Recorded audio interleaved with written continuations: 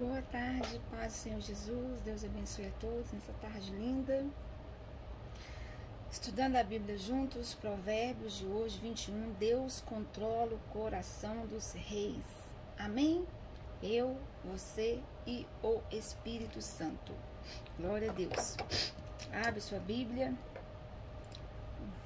pega o seu caderno, seu lápis e vamos estudar juntos. Versículo 1. O coração do rei é como um ribeiro de águas caudalosas nas mãos do Senhor. Este o inclina para onde deseja. O coração do rei é como um ribeiro de água caudalosas, como se o coração do rei fosse uma cauda, né, em forma de uma cauda, na mão do Senhor, na mão de Deus, e Deus o inclinasse para onde ele desejasse, para onde ele quisesse. Glória a Deus. Então, a primeira coisa que eu quero dizer é que nada e ninguém resiste ao controle soberano do Senhor.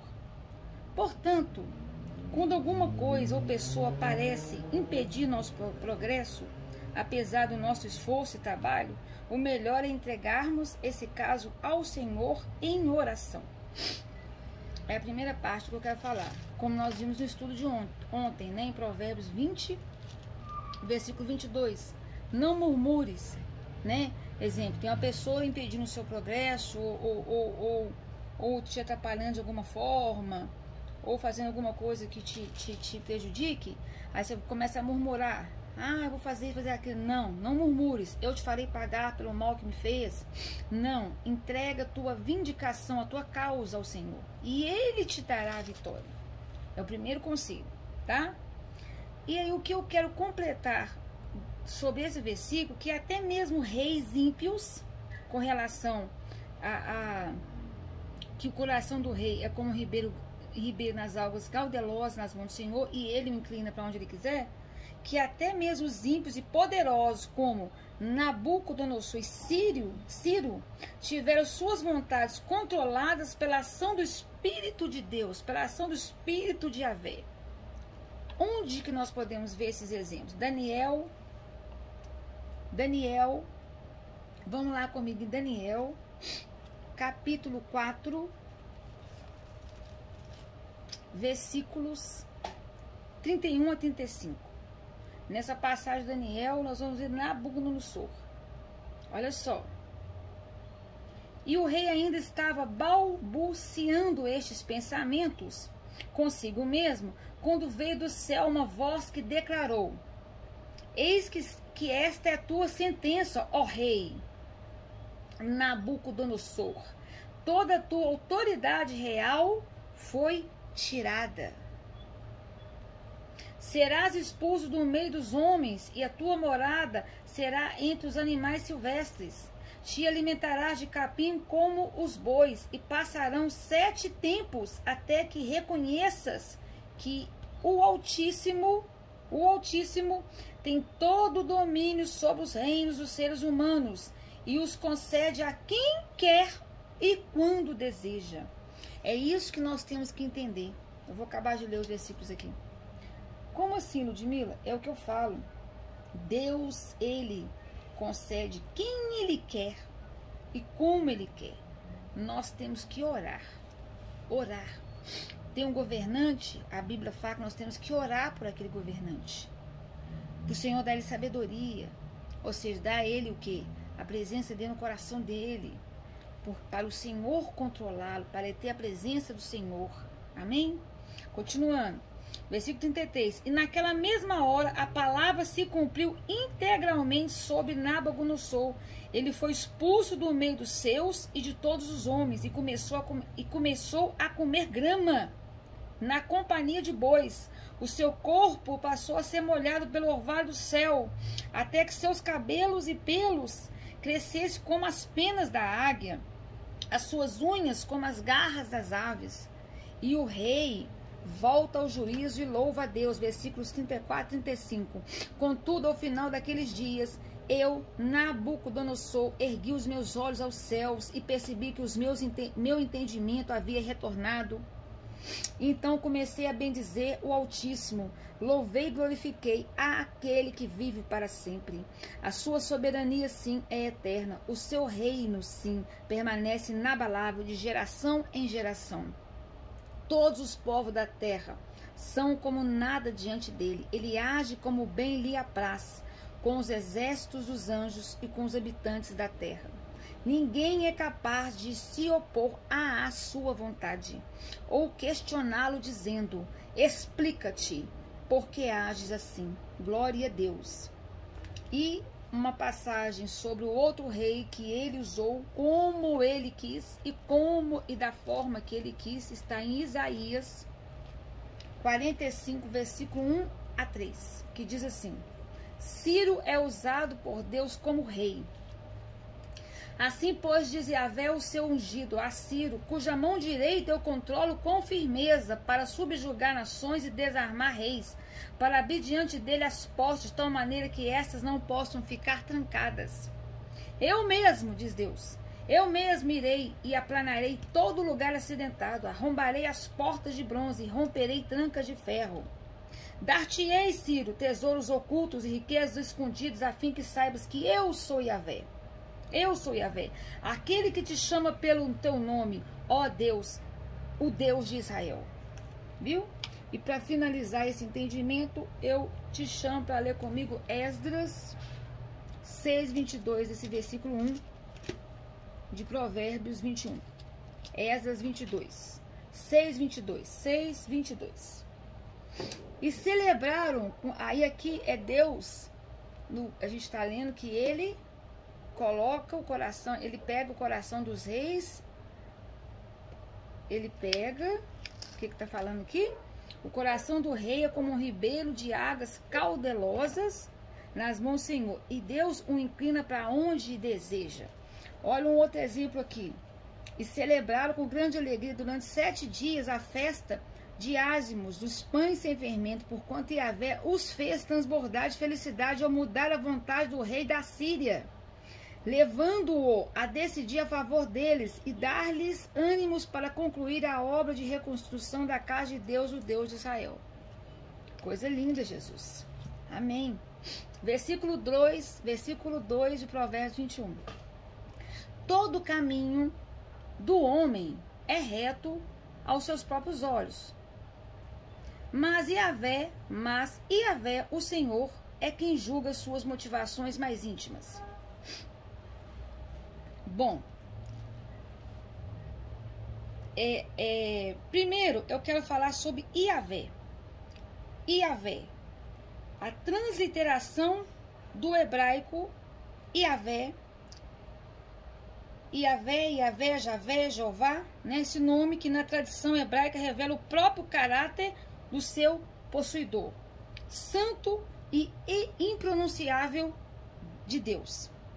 E aí eu quero dar alguns exemplos lá no Antigo Testamento que fala assim, vão comigo lá em Gênesis 12, versículo 8, que diz assim, olha que lindo, que até e eu acho até que é uma forma de nos ensinar muito quando formos orar, quando, sabe, adorar a Deus. Dali prosseguiu Abrão rumo às colinas a leste de Betel, onde armou o seu acampamento, tendo Betel a oeste e Ai a leste. Edificou também neste lugar um altar em sinal de louvor e adoração ao Senhor e invocou o nome de Deus. Olha que lindo, e invocou o nome de Deus. Depois, lá em Gênesis 13, versículo 4, diz assim, Abrão voltou ao altar que ele mesmo havia edificado e adorou a Deus, invocando o nome do Senhor. Aleluia. Depois, Gênesis 26, versículo 5, porque Abraão me obedeceu, guardou minhas ordenanças, meus mandamentos, meus princípios e minhas leis.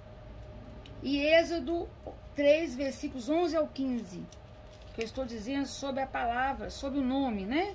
Essa primeira, só o Yahvé, desse versículo primeiro. 11 a 15, que eu quero falar sobre a revelação do nome. Moisés, contudo, interpelou a Deus, né? Perguntou a Deus, quem sou eu para me apresentar diante do faraó e fazer sair os israelitas das terras do Egito? Assegurou-lhe Deus: eu estarei contigo. Esta é a prova de que sou eu quem te envia. Quando fizeres o povo sair do Egito, vós prestareis culto a Deus neste mesmo monte. E aqui vem o subtítulo, a revelação do nome de Deus, Yahvé. Versículo 13. Porém Moisés acrescentou: quando eu for aos filhos de Israel comunicar, o Deus de vossos pais me enviou até vós e me questionarem: qual o seu nome? Qual o seu nome? Que devereis dizer?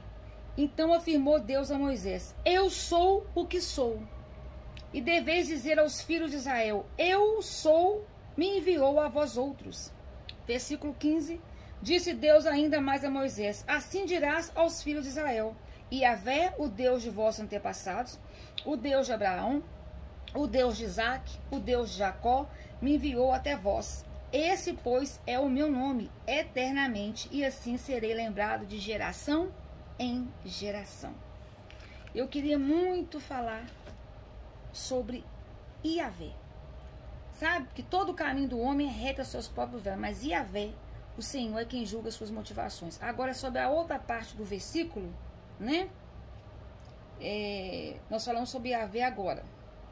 Vamos falar outra parte do versículo. Então, sobre Yahvé, né, o nome santo e pronunciável de Deus, trazido em toda a Escritura, especialmente no Antigo Testamento como Senhor, né? Nós vimos aí vários exemplos maravilhosos. Agora, os pensamentos e intenções dos seres humanos parecem coerentes e justificáveis para cada pessoa. Mas nós estudamos e aprendemos aqui nas Escrituras que somente o Senhor julga perfeitamente. Só. E seu Espírito pode nos revelar se estamos agindo corretamente. E aí eu te chamo para comprovar, né? Em Provérbios 14, 12. 14, 12. Há caminhos que ao ser humano parecem ser as melhores opções de vida, mas ao final conduzem à morte. Depois, Provérbios 16, versículo 2. Todos os caminhos do homem parecem certos aos seus olhos, né? Porque aqui no Provérbio 14, versículo 2, 14, 12. Há caminhos que ao ser humano parecem as melhores opções de vida, porque está olhando pela carne, pelo eu dele, né? E no final conduzem à morte, porque está andando fora do caminho de Cristo, está olhando pelo eu da carne dele, está andando no final da morte. E voltando aqui para 16, versículo 2.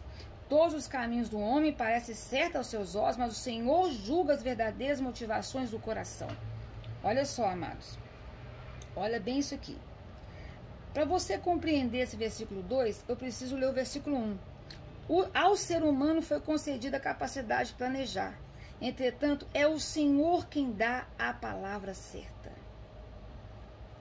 Então, a compreensão do versículo 1 é iluminada pelos versículos 2 e 3. Ao 3, consagra ao Senhor todas as tuas obras, todos os teus caminhos, todos os teus planos, todas as tuas intenções, todo o seu dia, e os teus planos serão bem-sucedidos.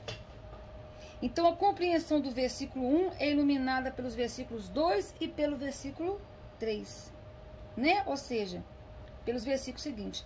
Quer dizer, Deus avalia as mais secretas e verdadeiras intenções do coração de cada ser humano.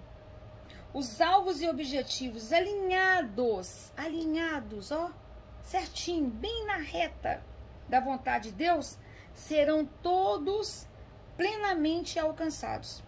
E haverá grande e permanente felicidade em suas realizações, se estiverem alinhados com a vontade de Deus. Mas se estivermos fora da vontade de Deus, se estivermos dentro do nosso eu, na carne, andando, vai acontecer o que o Provérbio 14, 12 diz.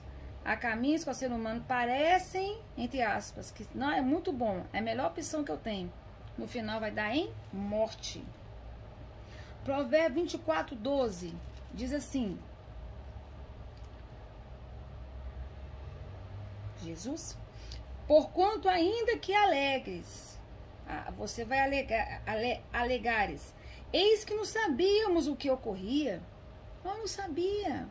Aquele que investiga todos os corações não perceberia a verdade? Não saberia aquele que preserva a sua vida? Não retribuirá ele a cada um segundo a sua atitude? É isso aí. Provérbio agora antes de eu continuar no provérbio, eu vou em Jó 31, versículo 6. Olha o que Jó fala. Deus me pesa em balanças fiéis e bem equilibradas, e concluirá que nada devo. É nenhuma das falas de Jó, onde Jó está reiterando sua integridade. E eu aproveito aqui para indicar esse livro aqui, Não Mais Eu, Mas Cristo em Mim, que eu estou lendo e estudando, que virou um livro de cabeceira, Dom Yulan. Ótimo livro. Para o nosso eu ser crucificado. Maravilhoso, sobre Jó. Estou tendo outra perspectiva. Agora vamos lá. Eu quero fazer esse estudo também com vocês. Salmo 139, versículo 23. Sonda-me, ó Deus, e analisa o meu coração. Examina-me e avalia as minhas inquietações. Nós temos que falar nas nossas orações todo dia, pedir ao Senhor para nos sondar, para ver se há em nós, né, em nosso coração, o que está em oculto, os nossos erros ocultos, os nossos pecados, ver se o que nós queremos e almejamos, se está de acordo com a vontade do Senhor. Agora, 2 Coríntios 10, versículo 4. Não, desculpa, amados, isso aí é outro versículo, perdão. É 1 Coríntios 4, confundi. 1 Coríntios 4, versículos 4 e 5. Porquanto, ainda que esteja consciente de que nada há contra mim, nem por isso me justifico, pois quem julga é o Senhor. Assim nada julguei antes da hora devida. Aguardai até que venha o Senhor, o qual não somente trará à luz o que está em oculto nas trevas, mas igualmente manifestará as intenções dos corações. Então, nesse momento, cada pessoa receberá de Deus a sua recompensa. Glória a Deus. E para finalizar, esse versículo, Hebreus 4, versículo 12, que diz assim: porquanto a palavra de Deus é viva e eficaz, mais cortante que qualquer espada de 2 gumes, capaz de penetrar até o ponto de dividir alma e espírito, juntas e medulas, e é sensível para perceber os pensamentos e intenções do coração. O que eu estou querendo dizer aqui? Para concluir e completar o versículo anterior. A expressão total de Deus foi revelada aos seres humanos por meio da pessoa de Jesus Cristo. Jesus Cristo é a palavra encarnada e igualmente nos foi confiada verbalmente. Amém? Essa palavra dinâmica e ativa de Deus no cumprimento de todos os seus planos aparece claramente tanto no Antigo Testamento quanto no Novo Testamento. E aí vem o que nós estamos falando aqui no versículo 2 de Provérbio 21. Tanto a onipotente e onisciente presença do Senhor, quanto o poder de discernimento da palavra, revelam os sentimentos e intenções mais íntimas e os traz à tona da nossa consciência para que possam ser julgados, conforme eu expliquei e falei em 1 Coríntios 4, versículo 5. Amém? É isso aí. Vamos para o versículo 3. Praticar o que é justo e certo é mais aceitável ao Senhor do que o oferecimento de sacrifício. Excelente. Então, esta foi a advertência que os profetas nos deixaram. Profeta como Oséias, Miqueias, que o profeta Samuel repete ao infiel, prepotente e tresloucado rei Saul, e com que Jesus, o Messias, nos admoesta. Então vamos ver como que o profeta exemplo, né? O primeiro que eu falei, Oséias, nos advertiu. Oséias, capítulo 6, versículo 6. Ele diz assim: afinal, o que desejo é o vosso amor. O Senhor falando através do profeta Oséias. E não sacrifícios.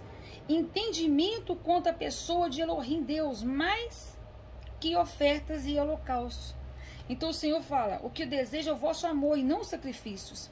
Ir em direção à mente de Deus, mais do que ofertas e holocaustos. Miqueias, profeta Miqueias. Então, que nos advertiu também, Miqueias, capítulo 6, versículos 7 e 8. Miqueias, capítulo 6, versículos 7 e 8. Sendo assim, com que eu devo me apresentar diante do Senhor? E como me curvarei perante Elohim, Deus exaltado? Deveria eu oferecer holocaustos, sacrifícios queimados de bezerros de um ano? E Yahvé se agradaria com milhares de carneiros, com 10.000 ribeiros de azeite? Devo oferecer meu primogênito, meu filho mais velho, fruto do meu corpo, como sacrifício para pagar os meus pecados, minhas malignidades?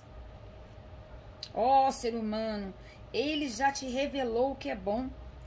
E o que Yahvé exige de ti, senão apenas que pratiques a justiça, ames a misericórdia e a lealdade, e antes humildemente na companhia do teu Deus. E um outro exemplo, que é a exortação, né, advertente de 1 Samuel. Vamos lá em Samuel. E eu passando aqui os versículos. Samuel.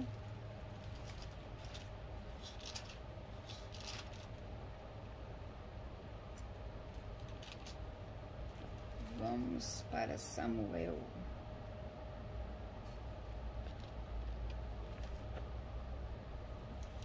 Samuel 15, 22, 23. Versículo 15, capítulo 15, 22, 23. Contudo, Samuel declarou: agrada-se mais a Yahvé com holocaustos e sacrifícios do que com a sincera obediência à sua palavra? De modo algum. A obediência é melhor do que o sacrifício, e a submissão do coração mais do que a gordura dos carneiros. Porquanto a rebeldia é como o próprio pecado da feitiçaria, e a arrogância como o mal da idolatria. Por que rejeitaste a palavra de Yahvé? Ele também o rejeitou como rei do seu povo. Samuel, como eu falei aqui, Samuel estava fazendo o quê? Samuel estava exortando, né, o prepotente e deslocado Saul. E Jesus também nos admoesta lá em Marcos 12, 33. Que a Ludmila não. A Ludiade Oliveira fez o favor de não marcar. Mas não tem problema, já achamos. E que amar a Deus de todo o coração e de todo entendimento e com todas as forças, bem como amar ao próximo como a si mesmo, é muito mais importante do que todos os sacrifícios e ofertas juntos. Amém. Versículo 4, capítulo 21 de Provérbios. Olhar altivo, né, olhar arrogante, coração arrogante, são os sinais mais claros da vida pecaminosa dos ímpios. Então, amados, a arrogância própria dos ímpios, né, daqueles que são contra Deus, que não estão na presença de Deus, estão contra Deus, contra a palavra, tira a fé devida a Deus e a coloca erroneamente no eu do ímpio, do eu deles, né? No eu humano deles. Vamos comigo em Salmos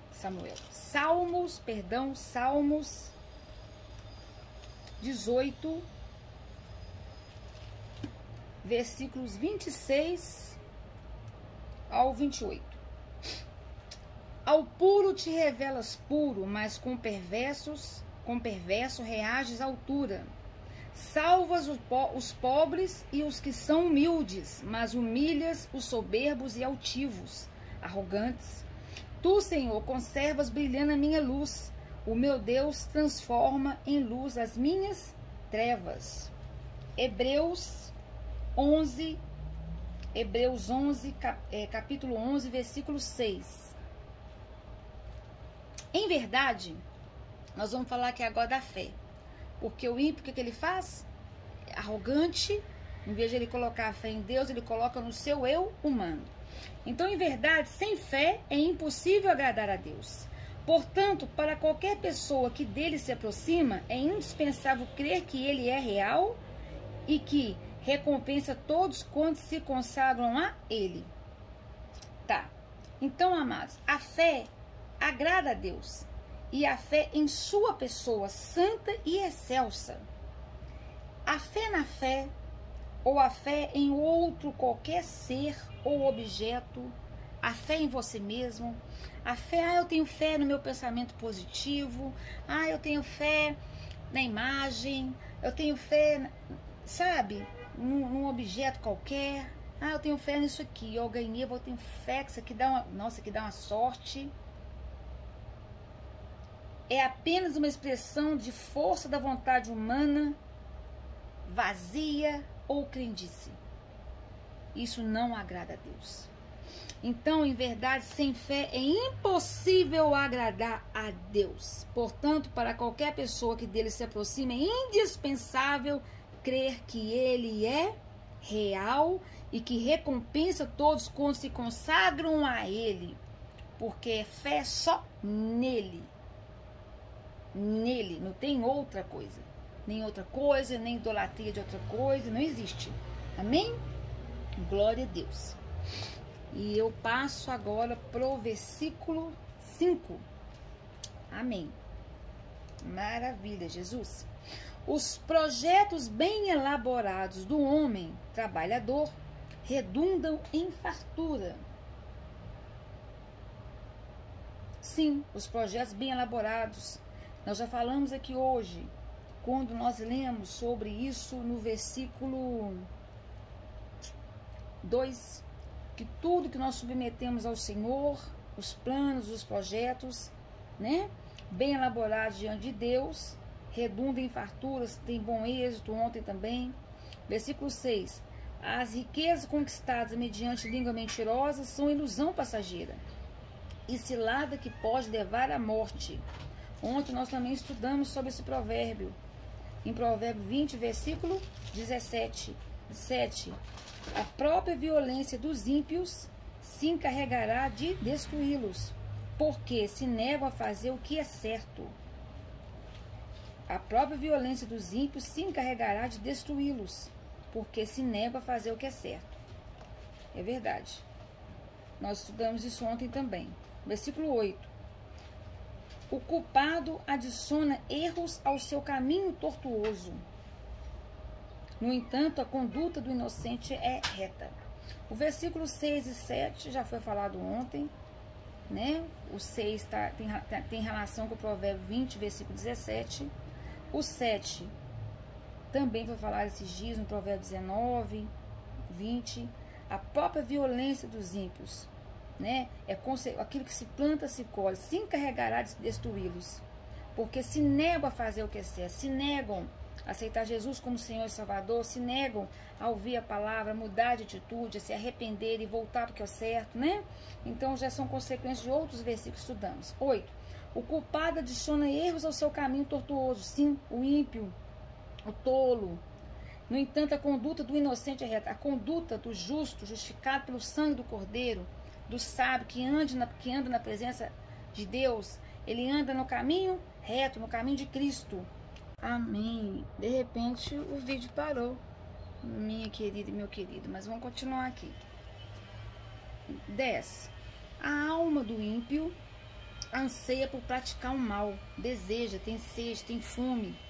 Aos seus olhos ninguém merece a bondade, né? a alma do ímpio, da pessoa má, da pessoa que anda contrário a Deus, né? 11. Quando o zombador, aquele que anda zombando, anda na carne, né? É castigado, a pessoa inexperiente ganha sabedoria. Porque ela vê uma pessoa que anda no mundo, que anda na carne, sendo castigada, recebendo, né, o que ela plantou, colhendo. Então a pessoa que tem pouca experiência, ela ganha sabedoria. Ela está aprendendo alguma coisa. Quando o sábio, aquele que tem aprendendo, recebe instrução, recebe as entrelinhas da palavra, recebe o instrumento para agir com a palavra, ele obtém o quê? O pleno conhecimento. Ele recebe as entrelinhas da palavra ou instrução, que é a própria palavra. Ele recebe o quê? O pleno conhecimento. Ele recebe toda a ciência da mente de Deus. Amém? 12. O justo. O justo aqui não é o justo, o justificado pelo sangue do Cordeiro, não. Esse justo aqui, ele está com O e o J maiúsculo. Então é Jesus, é o próprio Jesus. O justo observa a atitude dos ímpios e os faz cair em desgraça. Então o justo, o próprio Jesus, observa as atitudes do ímpio, dos ímpios, né? E os faz cair em desgraça. O que é cair em desgraça? Nós, justificados pelo sangue do Cordeiro, estamos debaixo da graça de Deus, vivemos na graça de Deus. Favor imerecido. Os ímpios, Jesus, o justo, com J maiúsculo, observa as atitudes deles e os faz cair em desgraça. A falta da graça de Deus. Os ímpios, eles estão vivendo na desgraça. É o contrário da graça. 13. Quem fecha os ouvidos à súplica dos pobres, um dia também clamará e não receberá qualquer resposta. Amada e amada, nós temos que entender que pobre, tem o pobre espiritual, o pobre material, o pobre dos dois jeitos. E pobre nem sempre é só aquele que está na rua pedindo esmola, não. Tem muitas pessoas perto de nós que estão precisando de ajuda. E às vezes nós estamos fechando os nossos ouvidos às súplicas dos pobres. É pessoas que estão precisando de ajuda. Nós temos sempre que ficar atentos, orando. Se nós temos condição de ajudar, orarmos, Pai, eu tenho condição de ofertar, eu tenho condição de ajudar. Me mostre quem ajudar e onde ajudar. Quando eu tinha condições, né, na época que eu tive condição, eu orava e Deus mostrava. Quando eu tinha. Tudo é quando você pode. Então, é isso aqui. Quem fecha os ouvidos à súplica dos pobres, um dia também clamará e não receberá qualquer resposta. Né? E é bom sempre orarmos antes para fazermos dentro da vontade do Senhor. O presente que se entrega em segredo acalma a ira, e o suborno oferecido a às ocultas apazigua os maiores acessos de fúria.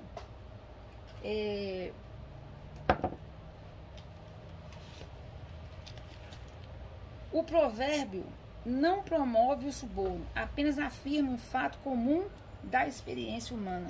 E em provérbio a gente sempre estuda muito isso, e o Senhor não agrada do suborno, né? Não agrada do suborno. 15. Quando se faz justiça, os justos ficam felizes. Entretanto, isso apavora os perversos. A execução da justiça traz alegria ao justo e espanta os perversos. Por quê? O perverso é aquele que perverte a verdade. Então ele nunca vai ficar feliz quando se faz justiça. O justo fica feliz. Entretanto, isso apavora o perverso, aquele que perverte a verdade. Tem a ver com o versículo 3, versículo 21 e 27. Inclusive, versículo 3, nós falamos sobre isso. Versículo 16. A pessoa que se desvia do caminho da sensatez, no caminho... Amém. Cortou de novo o vídeo. A pessoa que se desvia do caminho da sensatez, na Assembleia dos Mortos permanecerá. Então, a pessoa que se desvia do caminho da sensatez, do caminho de Deus, do caminho justo, do caminho de Cristo, na Assembleia dos Mortos permanecerá, ou seja, na morte eterna permanecerá. Então, aqueles que negligenciam, né, a sabedoria, a presença de Deus, acharão o quê? Prematuramente o caminho da sepultura, o Sheol, né? Glória a Deus. 17. Quem se entrega desvairadamente aos prazeres, passará necessidade. Quem se apega ao vinho e à carne gorda jamais será rico. Então, quem se entrega desvairadamente aos prazeres do mundo passará necessidade. Esse versículo tem a ver com Provérbio 20, versículo 1, que eu expliquei muito ontem, né? Nós aprofundamos bastante, então hoje eu não vou explicar de forma profunda, não. Versículo 18. O perverso, aquele que perverte a verdade, servirá de resgate para o justo, e o traidor no lugar do fiel. O versículo afirma apenas que os ímpios é que sofrerão juízo e não os justos.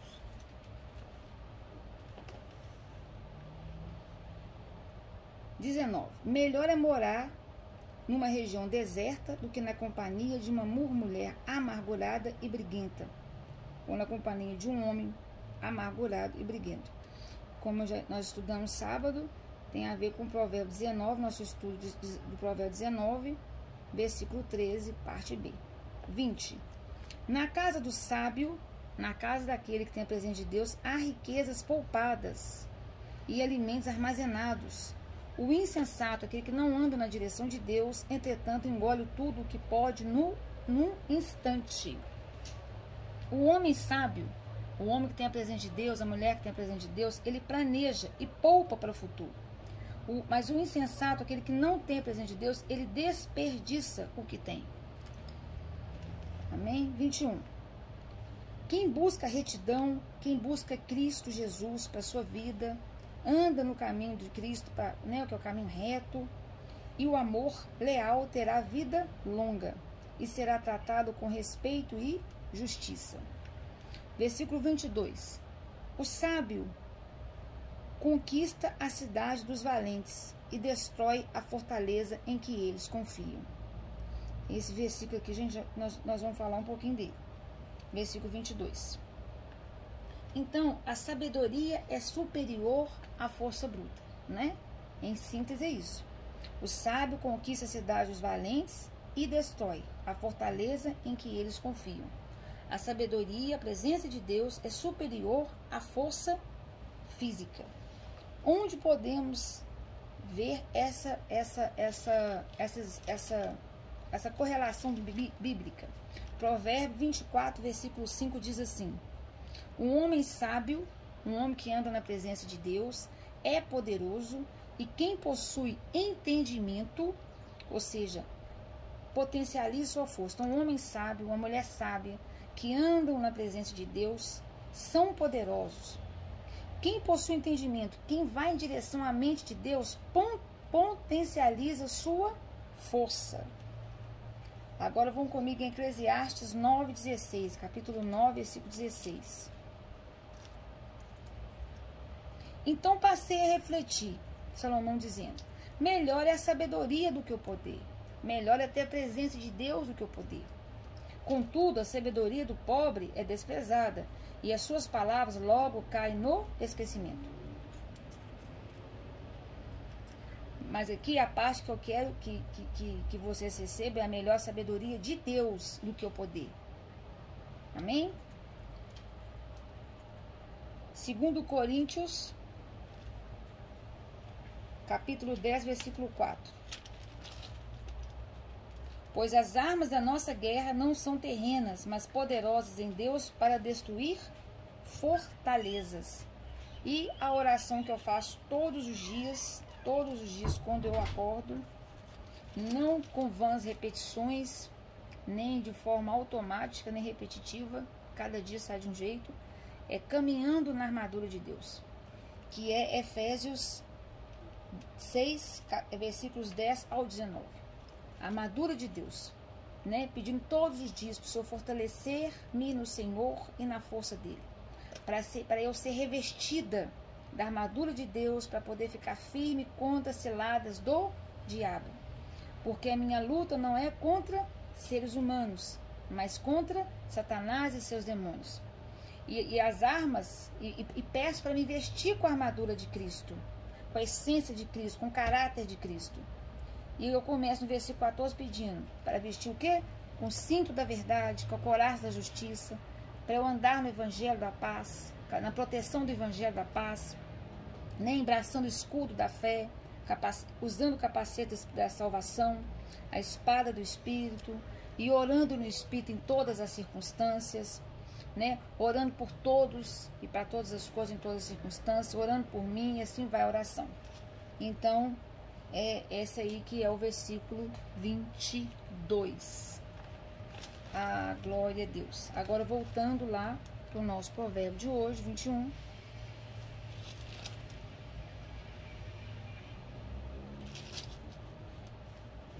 Versículo agora 23. Quem reflete antes de falar evita muitos desabores e sofrimentos, né? Nós também já falamos isso, nós temos que refletir antes de falar. Se for um assunto mais delicado, nós temos até que orar antes de falar, né? Nós já falamos sobre isso, refletir, orar, colocarmos diante de Deus, né? 25.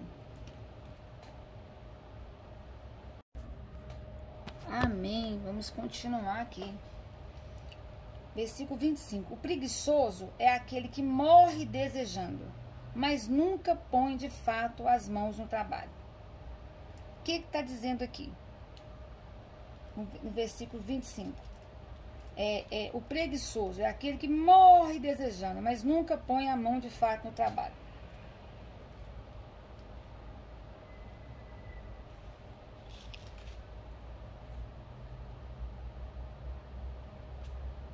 Então, aqui nós temos dois personagens, meu irmão e minha irmã. O zombador e o desejando. O primeiro, que é o zombador, que vive na carne, que vive escarnecendo de Deus e de todos que têm fé. É motivo de riso e desprezo de Deus. Né? Primeiro nós vamos falar sobre ele. Provérbio 1, 22. Vamos falar dele primeiro. Provérbio 1, 22.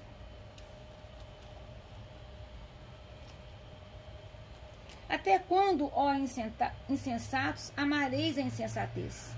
E vós, zombadores, até quando tereis prazer na zombaria? E vós, descontrolados, até quando desprezareis o conhecimento? Ou seja, Deus exortando a sabedoria, chamando eles para a presença dele, né? Depois, Provérbios 3, versículo 34. Ele ri, o Senhor, né, Deus, ri com desprezo os arrogantes, zombadores, entretanto concede graça aos humildes.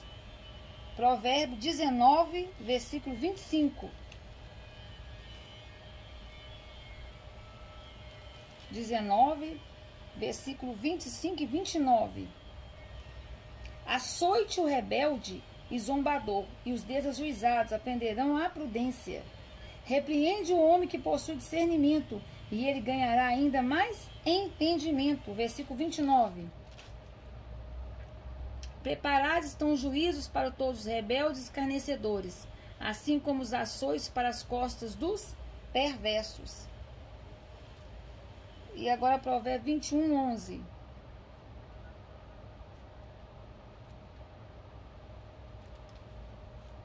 É o que nós estamos estudando hoje. Quando o zombador é castigado, a pessoa inexperiente ganha sabedoria, quando o sábio recebe instrução, obtém pleno conhecimento. E o segundo que nós estamos falando nesse versículo é o desejando. É o preguiçoso, que sempre tem uma boa desculpa para relaxar e descansar em vez de dedicar-se a qualquer trabalho digno. Provérbios 6, 6 e Provérbio 13, versículo 4, que diz assim: observa a formiga, ó preguiçoso, reflete sobre o trabalho que realiza e ser sábio, ou seja, tenha a presença de Deus. Provérbio 3, versículo 4. O preguiçoso ambiciona e nada alcança, mas os desejos daquele que se empenha na obra de Deus, serão plenamente satisfeitos. Amém. Versículo 26. Os dias se passam e ele desejando mais e mais, enquanto o justo reparte sem parar o que granjeia.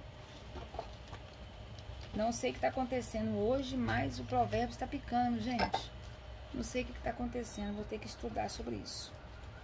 Então, o justo, justificado pelo sangue do Cordeiro, e prudente, que age de acordo com a mente de Deus é aquele que não enjeita trabalho, ainda que mal remunerado, não esbanja o que recebe e procura poupar para o futuro. Apesar de toda essa dedicação, não é avarento, pois movido pelo Espírito de Deus, usa de generosidade para com os necessitados e coopera alegremente com os mais pobres que se esforçam. Ou seja, a pessoa está passando um aperto, liga para ele ou pede alguma coisa, eu estou precisando de uma ajuda, a pessoa move céus e terra para ajudar. Tu que estiver ao seu alcance, esse é o justo, esse é o prudente. Amém? Esse é aquele que tem aqui dentro o Espírito de Deus. Amém? Agora, o contrário é o outro. O outro não faz, não. O outro é o contrário. O outro faz exatamente o contrário. Então, vamos para os exemplos. Salmo 37, versículo 26, que diz assim: em todo tempo exerce grande compaixão. Em nome de Jesus, nós que temos o Espírito de Cristo em nós, temos que ser compassivos. E empresta com boa vontade, seus filhos serão abençoados. Por que eu estou sendo generosa, pai? Eu estou só levando ferro. Tem gente que fala assim, não, tá não. Seus filhos serão abençoados, seus netos serão abençoados, sua descendência será abençoada. O que você planta, você colhe, irmã, irmão. 112, versículo 9. Generosamente reparte o que possui com os pobres. Perene será sua benevolência, de cabeça erguida será honrado e exaltado por muitos. Glória a Deus. E Efésios 4, 28. Diz assim: aquele que roubava, antes de ter Cristo em sua vida, não roube mais. Pelo contrário, trabalhe fazendo com as mãos o que é bom, para que tenha que repartir com quem está atravessando um período de necessidade. Foi o que eu disse, E agora o versículo 27. O sacrifício dos ímpios já por si só são o quê? Absolutamente. Glória a Deus, Vamos tentar continuar agora em nome de Jesus. Amém? Então, o sacrifício dos ímpios já por si só são absolutamente inaceitáveis, tanto mais quando oferecido com más intenções. A testemunha falsa acabará sendo condenada à morte. Mas a pessoa que sabe ouvir, se informar, poderá falar para sempre. O versículo 27, o próprio texto já diz: o sacrifício dos ímpios já por si só são absolutamente inaceitáveis. Os ímpios, sacrifício para Deus? Não, Deus quer outro sacrifício. Quer que os ímpios se entreguem para Jesus, se entreguem de todo o coração suas vidas para Jesus. Amém? Glória a Deus. A testemunha falsa acabará sendo condenada à morte eterna, mas a pessoa justa, justificada pelo sangue do Cordeiro, sabe que tem a presença de Deus, que sabe ouvir e se informar antes de julgar, antes de falar, poderá falar para sempre. Sábia, prudente e virtuosa. Amém? O ímpio finge que é confiante, finge, mas somente o justo, justificado pelo sangue do Cordeiro, permanece firme no caminho com C maiúsculo, no caminho de Cristo. Não há inteligência alguma, nem conhecimento algum humano, nem estratégia alguma que consiga opor-se à vontade do Senhor. Amém. E para finalizar, meu querido e minha querida, os homens podem preparar seus cavalos para o dia da batalha. Pode fazer qualquer coisa para ter vitória, os homens. Mas somente Yahvé, o Senhor, é quem dá a vitória. Então, em toda a Escritura, em toda a Bíblia, do Antigo Testamento ao Novo, toda, há advertências do Senhor quanto a colocarmos nossa total confiança em pessoas e coisas. Já falei isso muitas vezes e falo. Eu, antes de converter, colocava minha confiança sem saber, A gente acha que está certo. A gente confiar em pessoas, colocar expectativa em pessoas, em coisas. Não. É sofrimento certo. Porque Deus adverte. Deus coloca sua esperança, sua confiança, sua expectativa em mim. Estão somente em mim. Então, Mesmo as mais sofisticadas tecnologias, não podemos colocar. Só em Deus. A nossa fé deve ser oferecida em sua plenitude somente a Deus, Yahvé. E nele devemos descansar nossa alma, nosso espírito, todo o nosso ser. Por ele, movendo nossa mente, a nossa força de trabalho operoso. E aonde vamos ver essas passagens? Salmo, capítulo 3, versículo 8, que diz assim: do Senhor vem a salvação, e sobre aqueles que são teus, a tua bênção. Amém? Salmo 20, versículo 7. Alguns confiam em carros, outros em cavalos, mas nós confiamos no nome do Senhor, o nosso Deus. Oséias, capítulo 1, versículo 7.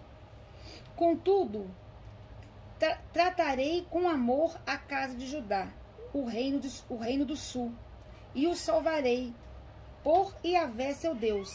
Eis que eu te darei vitória, não pelo arco, pela espada, ou por intermédio das guerras, tampouco pelo poder de cavalos e cavaleiros. E para finalizar o nosso último versículo, também do estudo, 1 Samuel 17.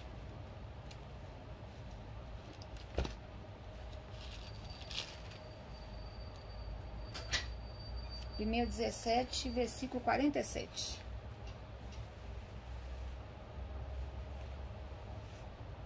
E toda essa multidão aqui reunida conhecerá que não é pela espada e nem pela lança que Yahvé concede a vitória, porque Yahvé é o Senhor das batalhas e vos entregará em nossas mãos. Amém? Então, esses versículos ilustram o que o provérbio está dizendo aqui, que os homens podem preparar seus cavalos para o dia da batalha, mas somente Yahvé, o Senhor, é quem dá a vitória. Aqui no versículo 31, amém? Finalizamos aqui o estudo de Provérbio 31. Fiquem com Deus, Deus abençoe. Agradeço a companhia de vocês. Tenham um excelente final de tarde. Deus abençoe.